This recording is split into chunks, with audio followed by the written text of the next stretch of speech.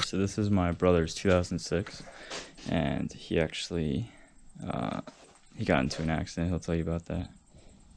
Yeah, so basically what happened was I was driving, and I had a very good amount of room between me and a truck in front of me actually. So when I just didn't end up slowing up in time, so I ended up rear-ending a truck, and it just hit the front bumper, and it kind of like split the cross member or the radiator support, and so what happened is the radiator ended up cracking. So I bought a Toyota radiator, and really nice, all aluminum.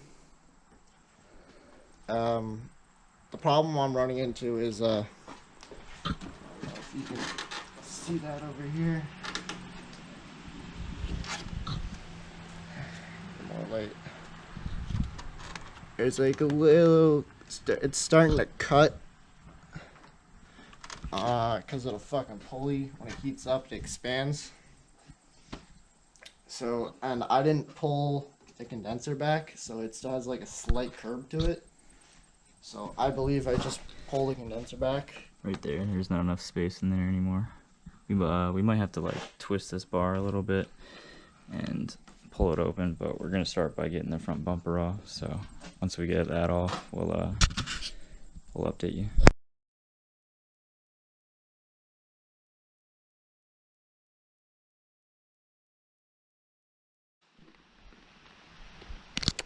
Alright, so we took the bumper off and basically pulled the condenser and the radiator frame, but I guess it's just that he needs silicone hoses, and that keeps on expanding and touching the belt just a little bit. But I think we're just gonna go for a ride and get some sound clips.